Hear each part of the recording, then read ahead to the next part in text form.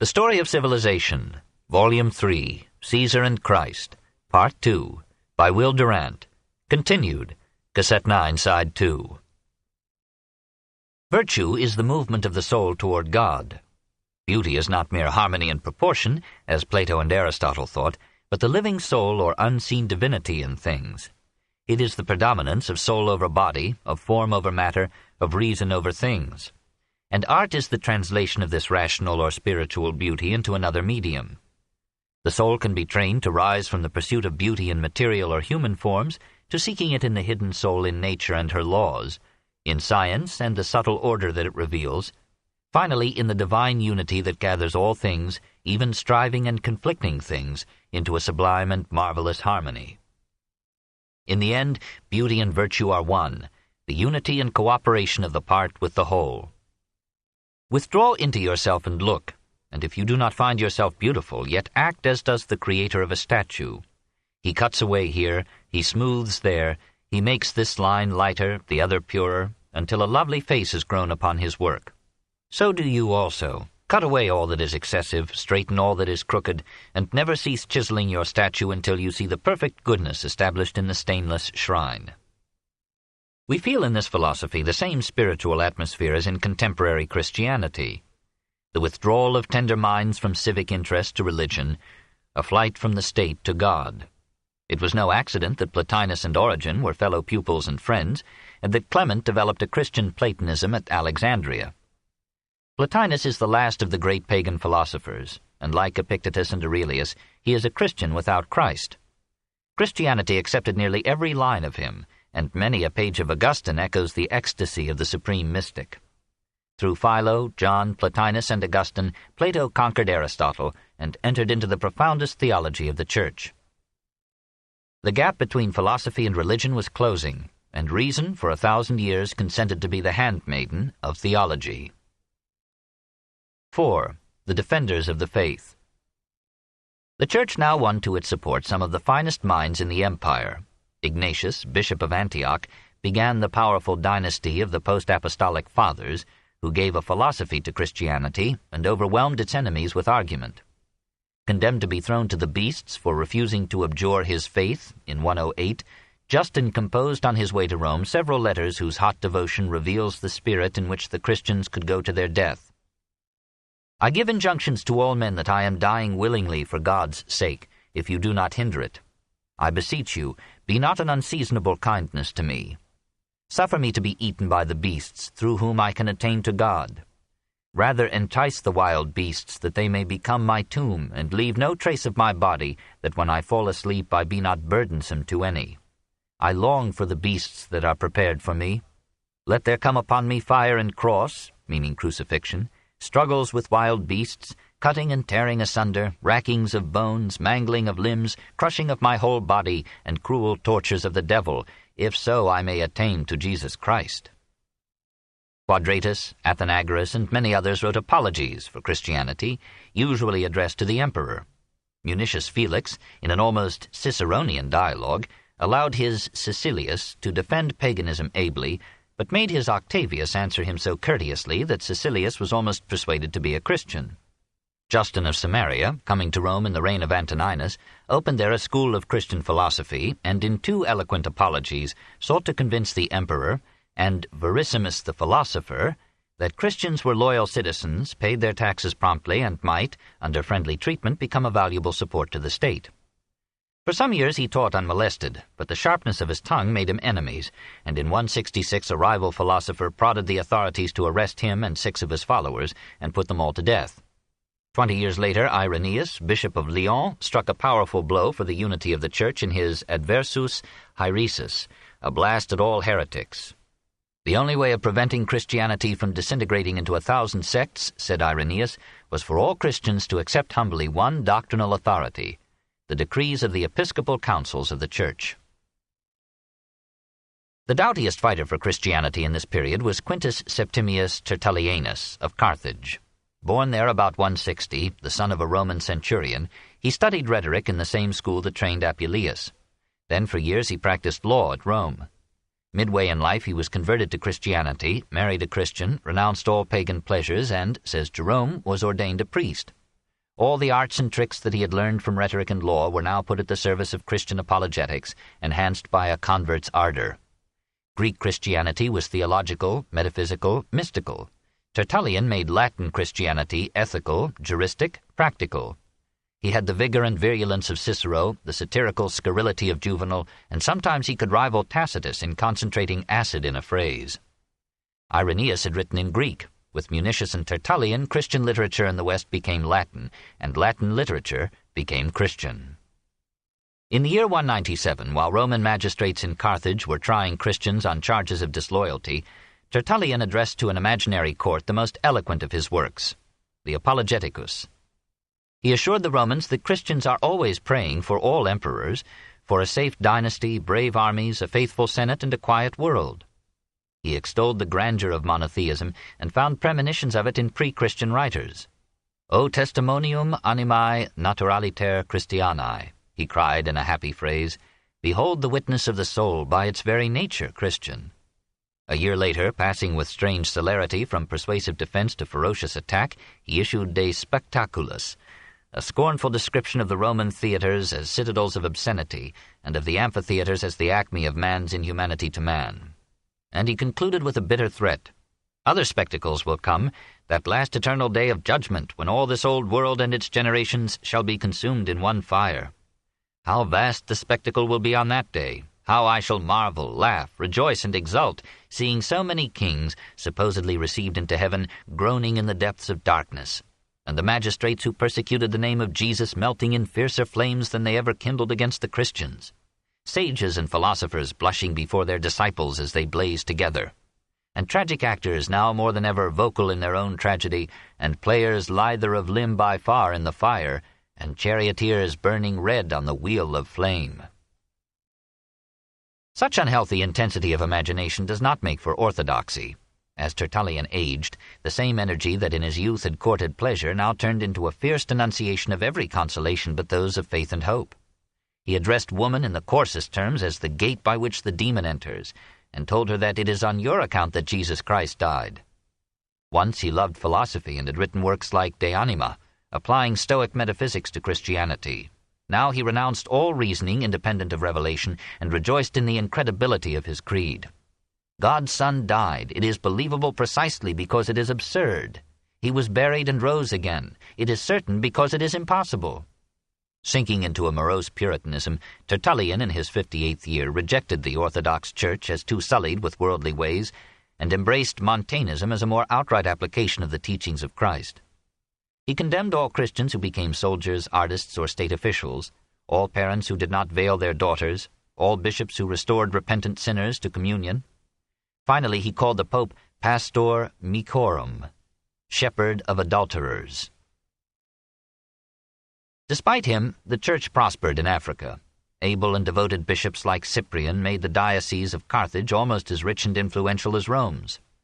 In Egypt, the growth of the Church was slower, and its early stages are lost to history. Suddenly, late in the 2nd century, we hear of a catechetical school in Alexandria, which wedded Christianity to Greek philosophy and produced 2 major fathers of the Church. Both Clement and Origen were well versed in pagan literature and loved it after their own fashion. If their spirit had prevailed, there would have been a less destructive break between classical culture and Christianity. When Origenes Adamantius was 17 in 202, his father was arrested as a Christian and condemned to death. The boy wished to join him in prison and martyrdom. His mother, failing to deter him by other means, hid all his clothes. Origen sent his father letters of encouragement. Take heed, he bade him, not to change your mind on our account. The father was beheaded, and the youth was left to care for the mother and 6 young children. Inspired to greater piety by the many martyrdoms he saw, he adopted the ascetic life. He fasted much, slept little, and on bare ground, wore no shoes, and subjected himself to cold and nakedness. Finally, in rigorous interpretation of Matthew, chapter 19, verse 12, he emasculated himself. In 203, he succeeded Clement as head of the catechetical school. Though he was only 18, his learning and eloquence drew many students, pagan as well as Christian, and his fame spread throughout the Christian world. Some ancients reckoned his books at 6,000. Many, of course, were brief brochures. Even so, Jerome asked, which of us can read all that he has written? In love with the Bible, which through boyhood memorizing had become part of his mind, Origen spent 20 years and employed a corps of stenographers and copyists, collating in parallel columns the Hebrew text of the Old Testament, a Greek transliteration of that text, and Greek translations of it by the Septuagint, Aquila, Symmachus, and Theodotion.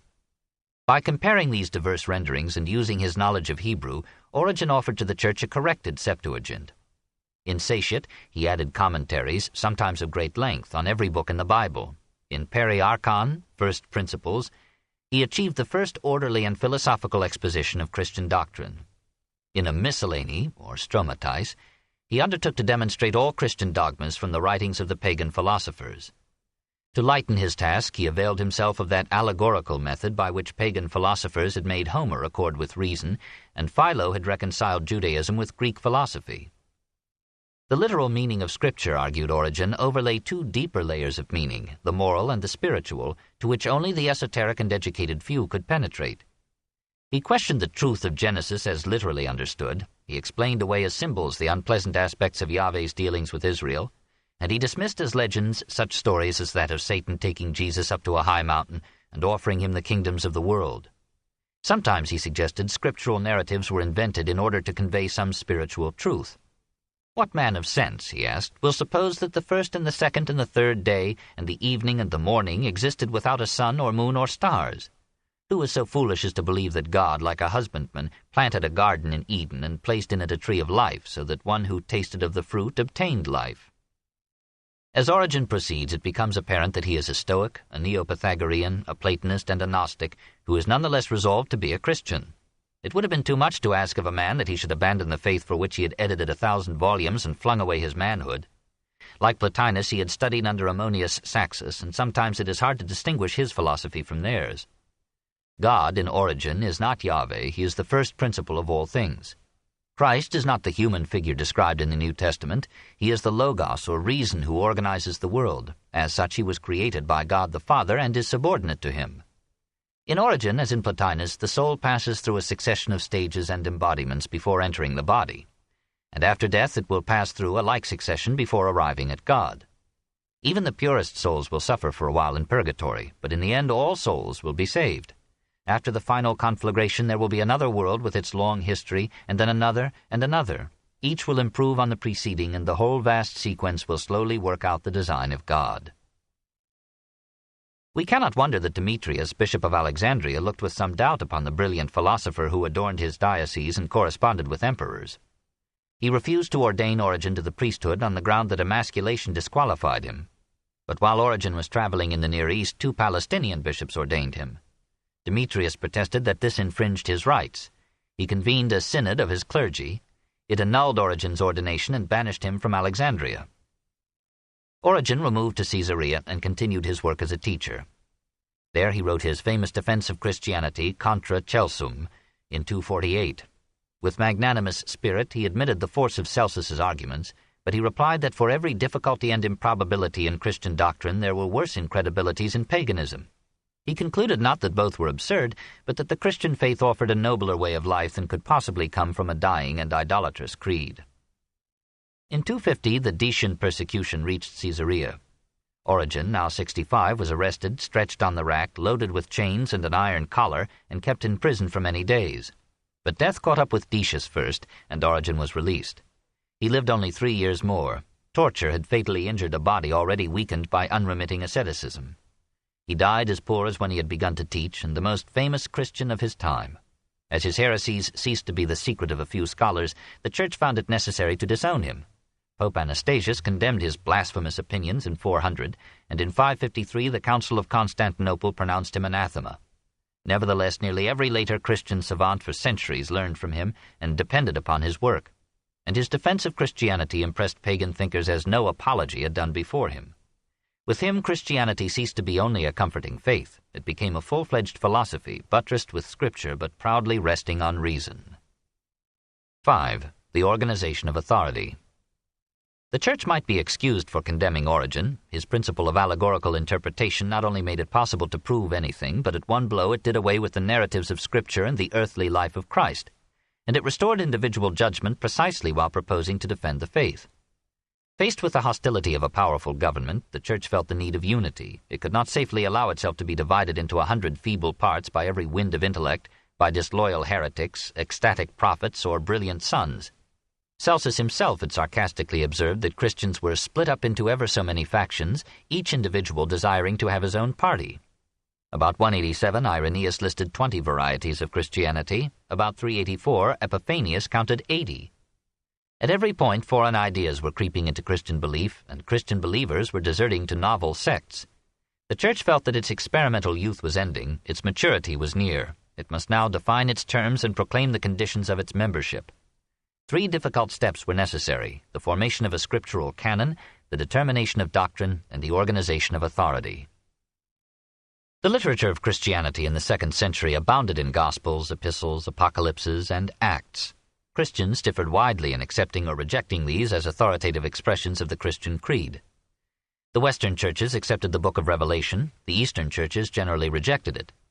These accepted the Gospel according to the Hebrews and the epistles of James. The Western churches discarded them. Clement of Alexandria quotes as sacred scripture a late 1st century treatise, The Teaching of the 12 Apostles. Marcion's publication of a New Testament forced the hand of the Church.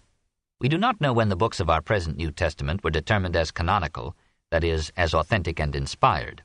We can only say that a Latin fragment discovered by Muratori in 1740, named after him and generally assigned to circa 180, assumes that the canon had by that time been fixed. Ecclesiastical councils or synods met with increasing frequency in the 2nd century. In the 3rd, they were limited to bishops. By the close of that century, they were recognized as the final arbiters of Catholic, that is, universal, Christian belief. Orthodoxy survived heresy because it satisfied the need for a definite creed that could moderate dispute and quiet doubt, and because it was supported by the power of the Church. The problem of organization lay in determining the center of that power. After the weakening of the Mother Church at Jerusalem, the individual congregations, unless established or protected by other communities, appear to have exercised an independent authority. The Church of Rome, however, claimed to have been founded by Peter, and quoted Jesus as saying, "Thou art Peter," Hebrew Cephas, Greek Petros, "and upon this rock," Hebrew Cephas, Greek Petra, "I will build my church, and the gates of hell shall not prevail against it. I will give you the keys of the kingdom of heaven, and whatsoever thou shalt bind on earth shall be bound in heaven, and whatsoever thou shalt loose on earth shall be loosed in heaven." The passage has been challenged as an interpolation and as a pun on the words Peter and rock, to which only Shakespeare would stoop. But the likelihood remains that Peter, if he did not establish the Christian colony in Rome, preached to it and appointed its bishop. Irenaeus in 187 wrote that Peter committed to the hands of Linus the office of the episcopate. Tertullian in 200 confirmed this tradition, and Cyprian in 252, bishop of Rome's great rival Carthage, urged all Christians to accept the primacy of the Roman see. The earliest occupants of Peter's throne left no mark upon history. The 3rd, Pope Clement, stands out as the author of an extant letter written about 96 to the Church of Corinth, appealing to its members to maintain harmony and order. Here, only a generation after Peter's death, the Bishop of Rome speaks with authority to the Christians of a distant congregation. The other bishops, while acknowledging the primacy of the Roman bishop as the lineal successor of Peter, repeatedly challenged his power to overrule their own decisions. The Eastern churches celebrated Easter on the 14th day of the Jewish month of Nisan, whatever day of the week this might be. The Western churches postponed the feast to the following Sunday. Polycarp, bishop of Smyrna, visiting Rome about 156, tried and failed to persuade Anicetus, bishop of Rome, to have the Eastern date observed in the West. And on his return he rejected the Pope's suggestion that the Eastern churches should accept the Western date. Pope Victor in 190 rephrased Anicetus's request as a command. The bishops of Palestine obeyed, those of Asia Minor refused. Victor sent out letters to the Christian congregations excommunicating the recalcitrant churches. Many bishops, even in the West, protested against so severe a measure, and apparently Victor did not insist. His successor, Zephyrinus, from 202 to 218, was a simple and unlettered man. To aid him in administering the spreading episcopate of Rome, Zephyrinus raised to the archdeaconate a man whose intelligence was less questioned than his morals. Callistus, said his enemies, had begun his career as a slave, had become a banker, had embezzled the funds deposited with him, had been sentenced to hard labor, had been released, had started a riot in a synagogue, had been condemned to the mines of Sardinia, had escaped by having his name surreptitiously inserted into a list of pardoned prisoners, and had then lived for 10 years at Antium in painful peace. When Zephyrinus placed him in charge of the papal cemetery, he transferred it to the Via Appia in the catacomb that bears his name. When Zephyrinus died and Callistus was chosen pope, Hippolytus and some other priests denounced him as unfit and set up a rival church and papacy, this in 218. Doctrinal differences accentuated the schism. Callistus believed in readmitting to the church those who, after baptism, had committed a mortal sin, such as adultery, murder, apostasy, and who professed their penitence. Hippolytus considered such lenience ruinous and wrote a refutation of all heresies, with special attention to this one. Callistus excommunicated him, gave the Church a competent administration, and vigorously asserted the supreme authority of the Roman See over all Christendom.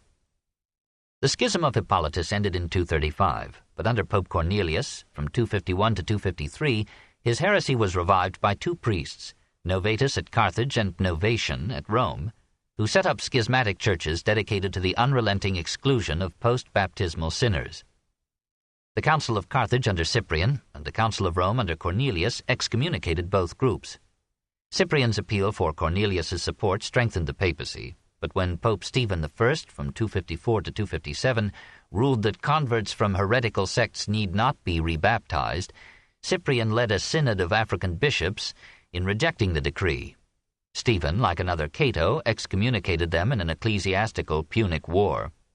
His providentially early death allowed the quarrel to lapse and averted the secession of the powerful African Church.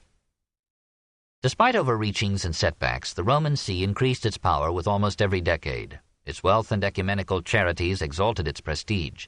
It was consulted by the Christian world on every issue of gravity. It took the initiative in repudiating and combating heresies and in defining the canon of the Scriptures. It was deficient in scholars and could not boast a Tertullian, an Origen, or a Cyprian. It gave its attention to organization rather than to theory. It built and governed and let others write and talk.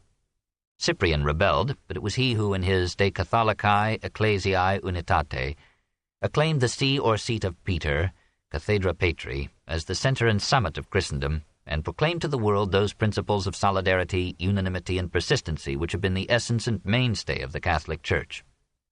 By the middle of the 3rd century, the position and resources of the papacy were so strong that Decius vowed he would rather have a rival emperor at Rome than a pope. The capital of the empire naturally became the capital of the Church. As Judea had given Christianity ethics and Greece had given it theology, so now Rome gave it organization. All these, with a dozen absorbed and rival faiths, entered into the Christian synthesis. It was not merely that the Church took over some religious customs and forms common in pre-Christian Rome, the stole and other vestments of pagan priests, the use of incense and holy water in purifications, the burning of candles and an everlasting light before the altar, the worship of the saints, the architecture of the basilica, the law of Rome as a basis for canon law, the title of Pontifex Maximus for the supreme pontiff, and in the 4th century the Latin language as the noble and enduring vehicle of Catholic ritual. The Roman gift was above all a vast framework of government which, as secular authority failed, became the structure of ecclesiastical rule. Soon the bishops, rather than the Roman prefects, would be the source of order and the seat of power in the cities. The metropolitans or archbishops would support, if not supplant, the provincial governors, and the synod of bishops would succeed the provincial assembly. The Roman Church followed in the footsteps of the Roman state. It conquered the provinces, fortified the capital.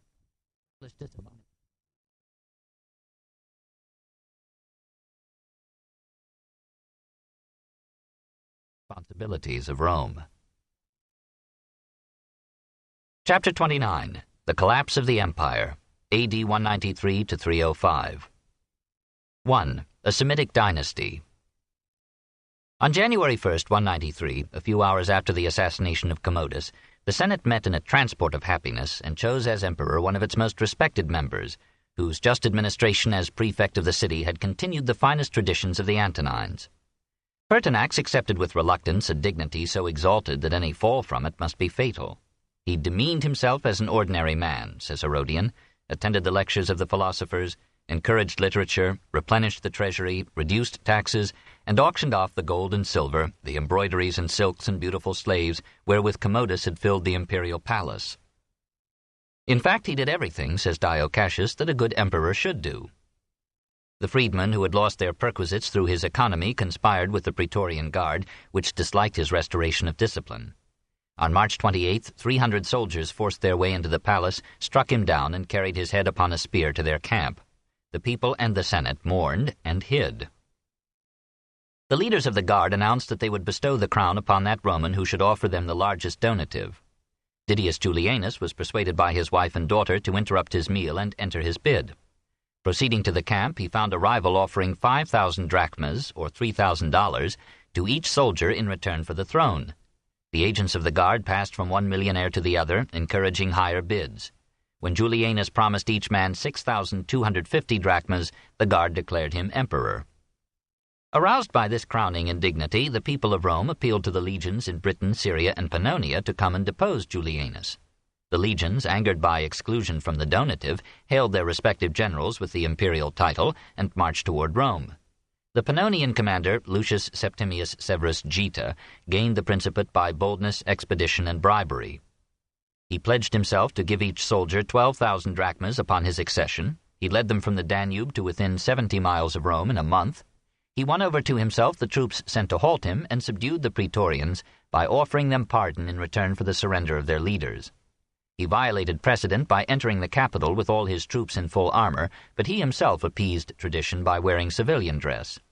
A tribune found Julianus in tears and terror in the palace, led him into a bathroom, and beheaded him on June 2, 193. Africa, which was at this time providing Christianity with its ablest defenders, gave birth in 146 and early schooling to Septimius. Brought up in a family of Punic-speaking Phoenicians, he studied literature and philosophy in Athens and practiced law in Rome. Despite the Semitic accent of his Latin, he was among the best-educated Romans of his time and liked to surround himself with poets and philosophers. But he did not allow philosophy to impede his wars or poetry to soften his character.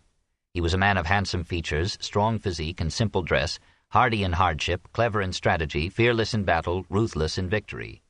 He conversed with wit, judged with penetration, lied without scruple, loved money more than honor, and governed with cruelty and competence. The Senate had made the mistake of declaring for his rival Albinus. Septimius, surrounded with 600 guards, persuaded it to confirm his own accession. Then he put scores of senators to death and confiscated so many aristocratic estates that he became landlord to half the peninsula. The decimated Senate was replenished by imperial nomination with new members chiefly from the monarchical East.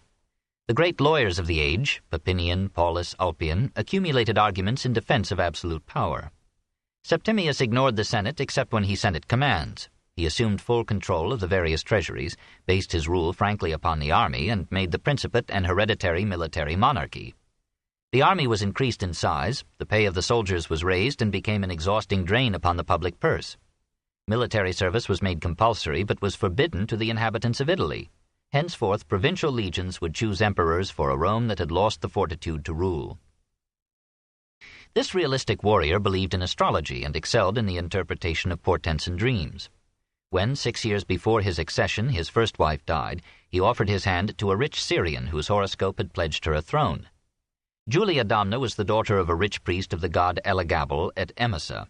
There, long since, a meteorite had fallen, had been enshrined in a gaudy temple, and was worshipped as the symbol, if not the embodiment, of the deity.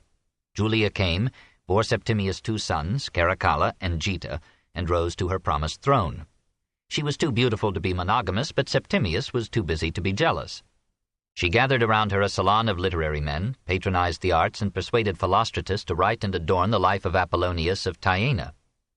Her strong character and influence accelerated that orientation of the monarchy toward Eastern ways which culminated morally under Elagabalus and politically under Diocletian.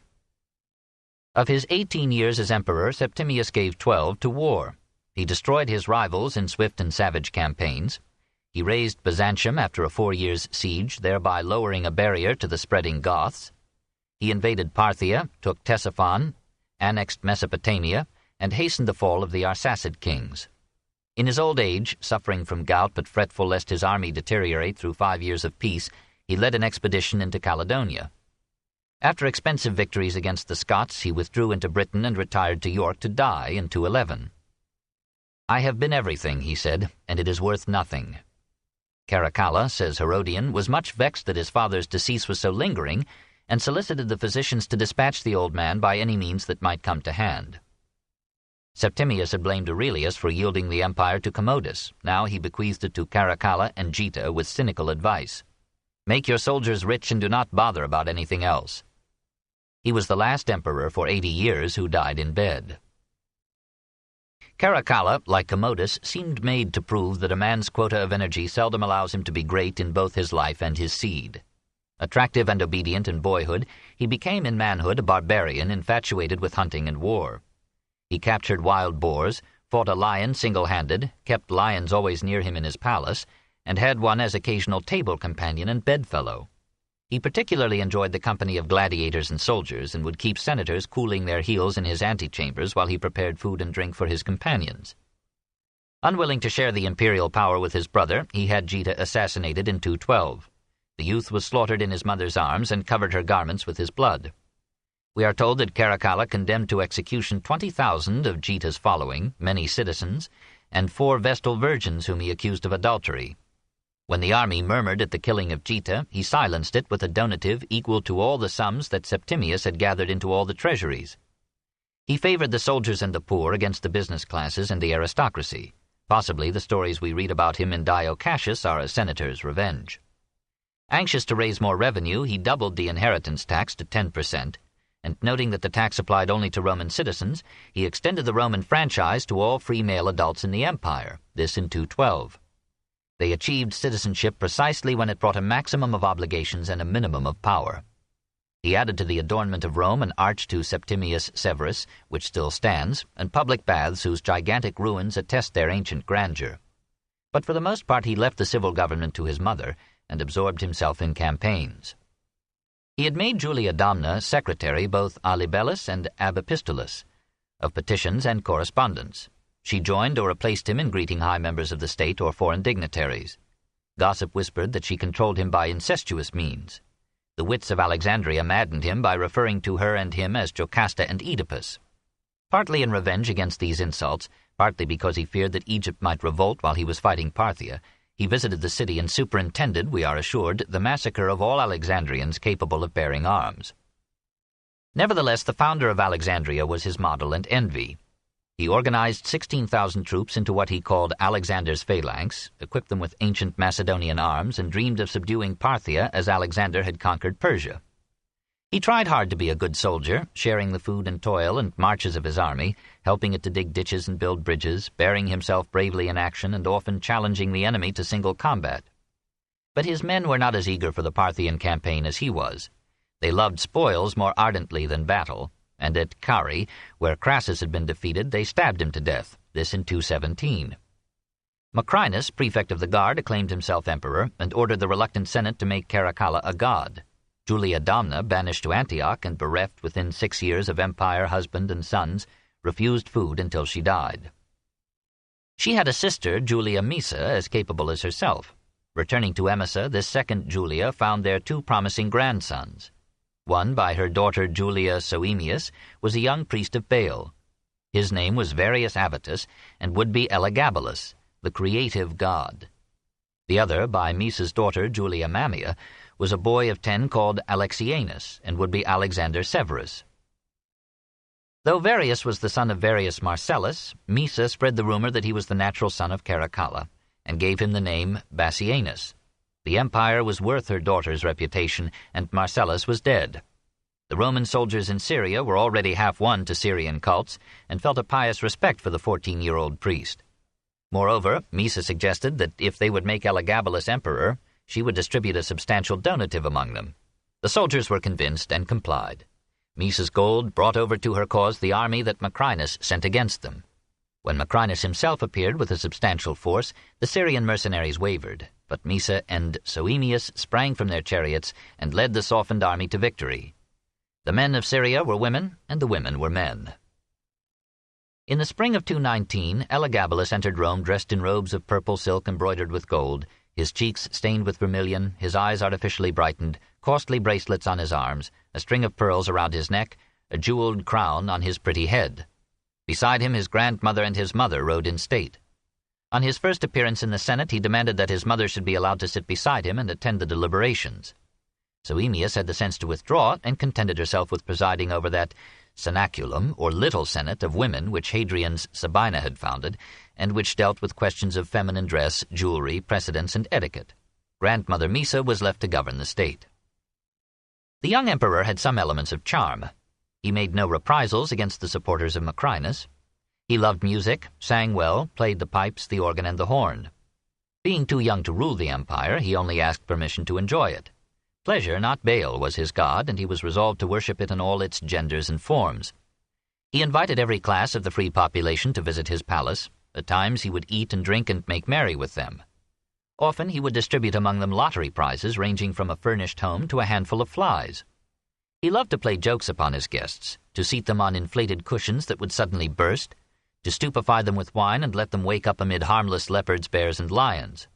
Lampridius assures us that Elagabalus never spent less than 100,000 sesterces, or $10,000, and sometimes 3 million, on a banquet to his friends.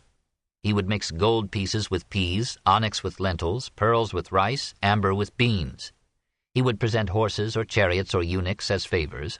Often he bade each guest take home the silver plate and goblets in which the dinner had been served. As for himself, he would have nothing but the best. The water in his swimming pools was perfumed with essence of roses. The fixtures in his bathrooms were of onyx or gold. His food had to be of costly rarities. His dress was studded with jewelry from crown to shoes, and gossip said that he never wore the same rings twice. When he traveled, 600 chariots were needed to carry his baggage and his bauds. Told by a soothsayer that he would die a violent death, he prepared worthy means of suicide if occasion required. Cords of purple silk, swords of gold, poisons enclosed in sapphires or emeralds. He was slain in a latrine. Probably his enemies of the senatorial class invented or exaggerated some of these tales. Certainly the stories of his sexual depravity are beyond belief. In any case, he perfumed his lust with piety and schemed to spread among the Romans some worship of his Syrian Baal. He had himself circumcised and thought of emasculating himself in honor of his god. He brought from Emesa the conical black stone which he worshipped as the emblem of Elagabalus.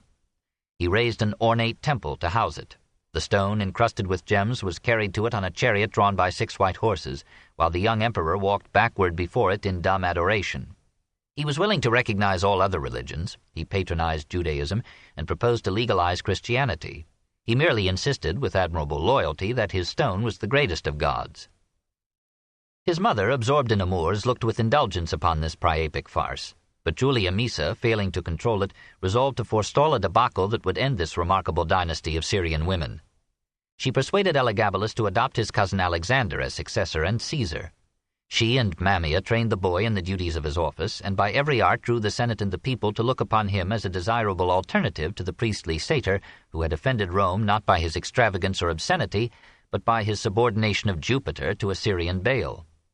So Aeneas discovered the plot and stirred up the Praetorians against her sister and nephew. Misa and Mammia offered richer arguments, and the guard slew Elagabalus and his mother, dragged his corpse through the streets and around the circus, and flung it into the Tiber. The guard proclaimed, the Senate accepted Alexander as emperor. This in 222. Marcus Aurelius Severus Alexander, like his predecessor, mounted the throne at the age of 14. His mother had given herself with singular consecration to the training of his body, mind, and character. He strengthened his frame with labor and exercise, swam in a cold pool for an hour every day, drank a pint of water before each meal, ate sparingly and of the simplest foods. He grew into a handsome youth, tall and strong, skilled in every sport and in the arts of war. He studied Greek and Latin literature, and only moderated his love for them on the insistence of Mammia, who quoted to him those verses of Virgil that called upon Romans to yield the graces of culture to others, and form themselves to organize a world state and rule it in peace. He painted and sang with distinction, and played the organ and the lyre, but never allowed any but his own household to witness these performances. He dressed and behaved with modest simplicity, was temperate in the enjoyment of love, and would have nothing to do with catamites. He showed high respect for the Senate, treated its members as his equals, entertained them in his palace, and often joined them in their homes. Kindly and affable, he visited the sick without distinction of class, gave ready audience to any citizen of decent repute, quickly forgave opponents, and shed no civilian blood in the 14 years of his reign. His mother reproved his amiability, saying, "You have made your rule too gentle and the authority of the empire less respected." To which he answered, "Yes, but I have made it more lasting and secure." He was a man of gold, without the alloy required to withstand the rough usage of this world. He recognized the absurdity of his cousin's effort to replace Jove with Elagabal, and he cooperated with his mother in restoring the Roman temples and ritual. But to his philosophic mind it seemed that all religions were diverse prayers to one supreme power. He wished to honor all honest faiths, and in his private chapel, where he worshipped every morning, he had icons of Jupiter, Orpheus, Apollonius of Tyana, Abraham, and Christ.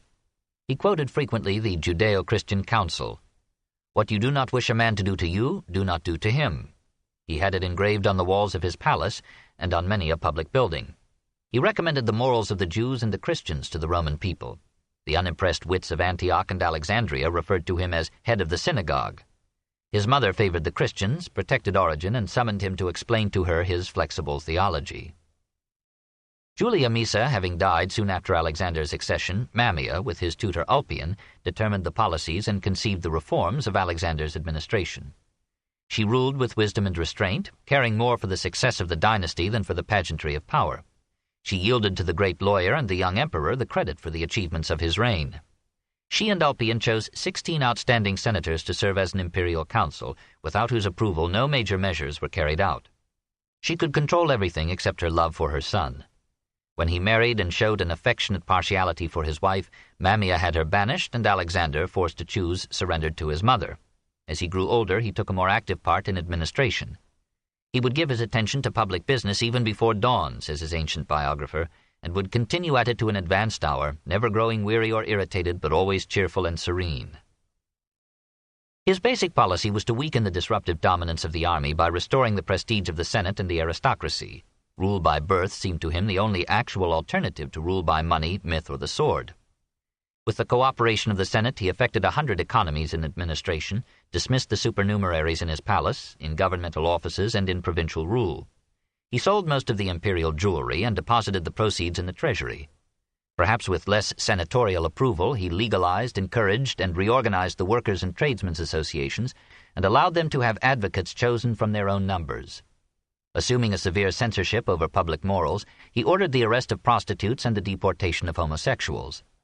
While reducing taxes, he restored the Colosseum and the baths of Caracalla, built a public library, a 14-mile aqueduct and new municipal baths, and financed the construction of baths, aqueducts, bridges, and roads throughout the empire.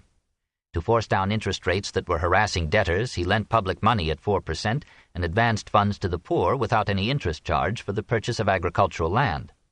All the empire prospered and applauded. The godly Aurelius, it seemed, had returned to earth and to power. But as the Persians and the Germans had taken advantage of the philosopher-king, so now they took advantage of the emperor-saint. In 230, Ardashir, founder of the Sassanid dynasty in Persia, invaded Mesopotamia and threatened Syria. Alexander sent him a philosophical epistle reproving his violence and arguing that everyone ought to rest content with his own domain.